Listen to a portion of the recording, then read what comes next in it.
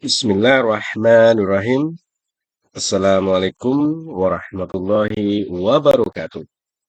Sahabat Kebun Berkah dimanapun sahabat Kebun Berkah berada, jumpa lagi di channel Junediono Kebun Berkah, channel resmi Kebun Berkah.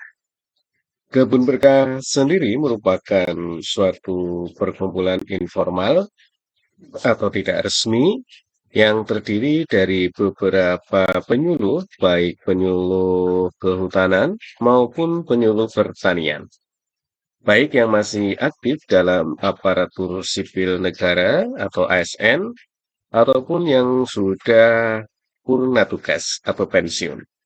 Ada juga komunitas-komunitas yang aktif di dalam eh, pertanian maupun lingkungan. Ada juga petani, baik yang individu maupun yang bergabung di dalam kelompok tani, yang bergerak di bidang tanaman hias, kebun, jasa lingkungan, maupun produk-produk lainnya seperti madu. Ada juga komunitas yang bergerak di dalam edukasi atau petani yang bergerak di dalam edukasi, yaitu suatu usaha yang memberi pemahaman terkait dengan usaha madu kepada petani maupun pada instansi terkait. Baik sahabat Kebun Berkah yang berbahagia, adapun channel Junediono Kebun Berkah adalah channel yang menginformasikan terkait dengan kehutanan, pertanian, perkebunan, wisata, terutama wisata alam, sukarepot, kegiatan dan produk-produk atau hasil dari para petani.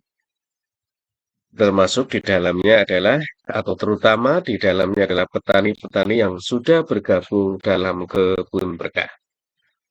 Baik, sahabat Kebun Berkah, kali ini kita akan membahas mengenai suatu manajemen di dalam rehabilitasi hutan dan lahan.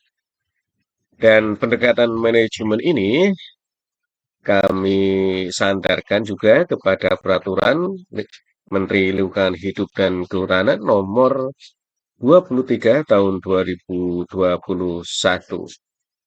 Adapun bagannya akan kami sajikan sebagai berikut. Baik, sahabat Kebun Berkah, ini adalah bagan terkait dengan rehabilitasi hutan dan lahan secara pendekatan teori manajemen. Di dalam teori manajemen kita kenal ada istilah POAC. P yang pertama adalah planning, O-nya adalah organizing, C-nya adalah controlling, dan A-nya adalah actuating. Planning, organizing, actuating, dan controlling. POAC. Baik sahabat Kebun Berkah yang berbahagia, kita coba membahas terkait dengan bagan manajemen RHL. Pertama, tentunya kita akan membahas terkait dengan P atau planning. Di dalam perencanaan, rehabilitasi hutan didasarkan pada perencanaan yang pertama adalah RURHL, Rencana Umum Rehabilitasi Hutan dan Lahan. Ini merupakan sebuah perencanaan atau dokumen perencanaan yang disusun berdasarkan Permen LHK nomor 10 tahun 2022, di mana di dalam permen ini mengamanatkan bahwa kita harus menyusun rencana umum rehabilitasi hutan dan lahan. Rencana umum rehabilitasi hutan dan lahan ini merupakan perencanaan yang dibuat untuk dalam jangka waktu 10 tahun. Di RUU-RHL ini adalah rencana baik yang dikerjakan di dalam kawasan maupun di luar kawasan hutan, ya. Dan memedomani dari beberapa peta-peta yang atau mendasari dari beberapa peta yang dianalisis, ya. Ada lahan kritis, ada program strategi nasional, ada peta mangrove, ada peta ekosistem daratan, ada pasca bencana, ada bencana, ya, ada peta bencana, ada peta data daerah tangkapan air atau cekungan air, dan sebagainya. Ini dasarnya di dalam penyusunan RUU-RHL. Setelah RUU-RHL ditetapkan oleh Menteri, maka kita diwajibkan juga untuk menyusun RTN-RHL. RTN-RHL ini adalah rencana tahunan RHL yang merupakan pendetailan tahunan dari RUU-RHL dan disusun setahun sebelum pelaksanaan kegiatan RHL. Jadi RTN-RHL mesti berada pada RUU-RHL. Untuk video-video RUU-RHL maupun RTN-RHL sudah tayang. Silakan sahabat Kebun Berkah bisa mengklik di situs Junediono Kebun Berkah. Dari produk RTN-RHL inilah kita mendetailkan lagi sebagai rancangan kegiatan RHL, ya.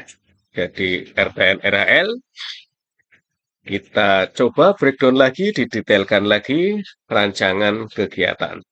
Di rancangan kegiatan inilah kita harus mendetailkan banget apakah kemampuan anggaran kita berapa, SDM kita berapa, target kita berapa, serta adakah RTN-RHL, lokasi-lokasi yang tadi sudah masuk di RTN-RHL, bisa tidak dikerjakan pada tahun ini. Karena mungkin saja di lokasi-lokasi yang sudah disusun RTN-nya, ternyata masih ada konflik sosial ataupun konflik tenurilan, sehingga tidak bisa dikerjakan pada tahun ini. Sehingga tidak akan dirancang kegiatannya.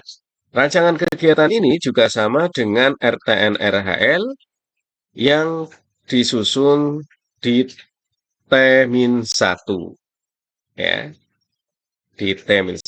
Sehingga kami harapkan nantinya ini sebagai floating sektornya, prakondisi, kami harapkan prakondisi ini dikerjakan di T-2. Karena memang kita di dalam prakondisi ini memetakan benar-benar secara sosial, secara ekonomi, secara budaya, adakah konflik tenurialnya, dan macam-macam lagi, sehingga apa-apa yang kita akan rencang, apa-apa yang kita akan buat rancangannya nanti benar-benar bisa dikerjakan. Inilah sekilas tentang planning RHL. Setelah kita melakukan perencanaan atau kita membuat dokumen perencanaan, langkah yang kedua di dalam manajemen RHL adalah organizing. Organizing ini kami bedakan, ya, yaitu berdasarkan DIPA, daftar isian anggarannya, maupun yang kita benar-benar kerjakan, yaitu kegiatannya. Dan kami harapkan memang ini dua hal yang berbeda sehingga tidak perlu dijadikan dalam satu aturan. Adapun DIPA juga sudah ada aturannya sendiri, PBJ-nya maupun pertanggungjawabannya ini sudah diatur, ya, sehingga diharapkan bahwa peraturan-peraturan teknis terkait dengan RHL sudah tidak perlu lagi membahas masalah ini, karena ini sudah diatur sendiri. Yang perlu kita tekankan di dalam aturan RHL adalah di skema organisingnya kegiatan. Di dalam Permen LHK 21 kita kenal di dalam organizing kegiatan ada pelaksana RHL, ada tim monitoring RHL, monitoring evaluasi RHL, ada tim pendamping, ada tim pembina, ada tim pengendali, dan ada pengawas atau tim pengawas atau penilai, atau tim pengawas dan penilai. Dan ini di dalam aturan tersebut masih dibedakan apabila RHL dikerjakan swakelola, maka pengawasnya akan berbeda jika RHL-nya dilaksanakan melalui model penyedia. Dan mudah-mudahan nantinya tidak dibedakan. Ini sudah cukup diatur pada aturan pelaksanaan DIPA. Baik, setelah kita mengorganisasi RHL, maka pendekatan manajemen yang ketiga adalah actuating atau pelaksanaannya. Actuating ini dibedakan menjadi dua, yaitu di dalam kawasan dan di luar kawasan. Adapun metodenya masih sama, dua-duanya ini, yaitu secara vegetasi, bangunan konservasi tanah air, kimiawi, maupun gabungan antar ketiga-tiganya. Bisa gabungan vegetasi dengan bangunan konservasi tanah saja, bisa vegetasi dengan kimiawi, bisa juga gabungan antara vegetasi, bangunan KTA, maupun kimiawi dalam satu lokasi. Adapun di luar kawasan, ini juga sama, metodenya, polanya, vegetasi, bangunan KTA, kimiawi, maupun gabungan. Dan di dalam pelaksanaan sendiri, kita juga mengenal adanya pola khusus ya. Namun di dalam hal ini, di dalam pendekatan P21 belum dibunyikan definisi maupun syaratnya agar bisa disebut RHL pola khusus. Dan yang selanjutnya di dalam actuating, khususnya di vegetasi, ini juga perlu dipikirkan kembali apakah perlu prosentase aturan terkait dengan perbandingan vegetasi di dalam kawasan. Inilah secara singkat terkait dengan manajemen di actuating RHL. Dan yang terakhir adalah controlling. RHL di dalam pelaksanaannya agar bisa terlaksana sesuai dengan tujuan dan on the track, maka kita harus melakukan pengendalian atau controlling. Pengendalian-pengendalian yang dilakukan di dalam RHL ada tiga, yaitu pengawasan. Pengawasan ini kita menggunakan geotagging ya, sahabat kebun berkah, sesuai dengan arahan pimpinan bahwa geotagging dikerjakan pada pengawasan dan penilaian ini ya, dan bisa juga dikerjakan di monitoring dan evaluasi. Dan di dalam pengawasan ini kita berusaha melakukan pengawasan secara tahapan sesuai dengan rancangan kegiatan maupun kontrak yang sudah ditandatangani antara PPK dengan pelaksana RHL. Ya. Cara yang kedua adalah monitoring dan evaluasi. Ini dilakukan oleh kawan-kawan BPDAS dengan membuat tim. Ya, ini ada organisasinya, ada disebut dengan tim monitoring dan evaluasi. Yang ketiga adalah dengan penilaian. Nah, penilaian ini juga menggunakan metode geotagging pada petak ukur penilaian atau PUP. Ini ada kuadrannya ya, sahabat berkah. Dan penilaian ini menggunakan systematic with random start ya. Nah, jadi random pada saat permulaan awal titik dan sistematik setelahnya. Dan ini apakah bisa diterapkan semua untuk setiap kegiatan di RHL, karena dalam pelaksanaannya, terutama di dalam pendekatan dengan masyarakat ya, tidak sama dengan pendekatan yang dilakukan oleh metode hutan tanaman yang dilakukan mungkin saja oleh perusahaan yang serempak, datar, serempak, dan seragam. Sedangkan untuk kegiatan-kegiatan yang dilakukan oleh masyarakat biasanya menanamnya pun tanpa ada jarak tanam. Jadi mereka akan menanam sesuai dengan kondisi lapangan atau kondisi lokasi kegiatan RHL yang dikerjakan. Jadi metode ini nantinya bisa kita sempurnakan ya dengan memasukkan metode statistik yang lain yang dapat dipertanggungjawabkan secara ilmiah. Di dalam manajemen juga ada beberapa hal yang memang harus kita bahas lebih detail lagi, yaitu insentif ya. Karena di dalam kegiatan RHL sesuai dengan definisinya, RHL itu adalah kegiatan yang ada kata-kata menjaga ya. Menjaga, memulihkan, ya. Bukan hanya memulihkan saja, tapi ada kata-kata untuk mempertahankan atau menjaga. Sehingga kita juga harus memberikan penghargaan atau insentif terkait masyarakat, baik perusahaan maupun perorangan maupun badan seperti kelompok tani yang memang melakukan kegiatan untuk menjaga hutan tetap lestari, hutan tetap terjaga, sehingga daerah aliran sungai menjadi sehat. Dan ini kita perlu memberikan penghargaan bagi mereka-mereka. Yang kedua yang perlu dibahas lagi adalah terkait dengan serah terima ke pemangku. Ini dalam hal pemeliharaan lanjutannya seperti apa? Karena di dalam hal serah terima nanti ada yang diserah terimakan kepada daerah.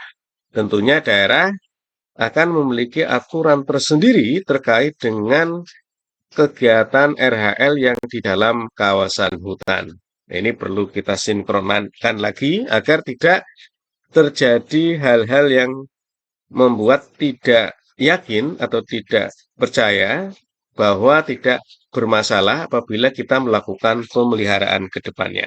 Karena ini menyangkut dengan kewenangan dari pelaksanaan RHL itu sendiri. Itu sahabat kebun berkah sekilas tentang manajemen RHL di aturan kita ya. Mudah-mudahan kita akan lebih bagus lagi, lebih baik lagi ke depannya. Akhir kata, Assalamualaikum warahmatullahi wabarakatuh dan tetap semangat.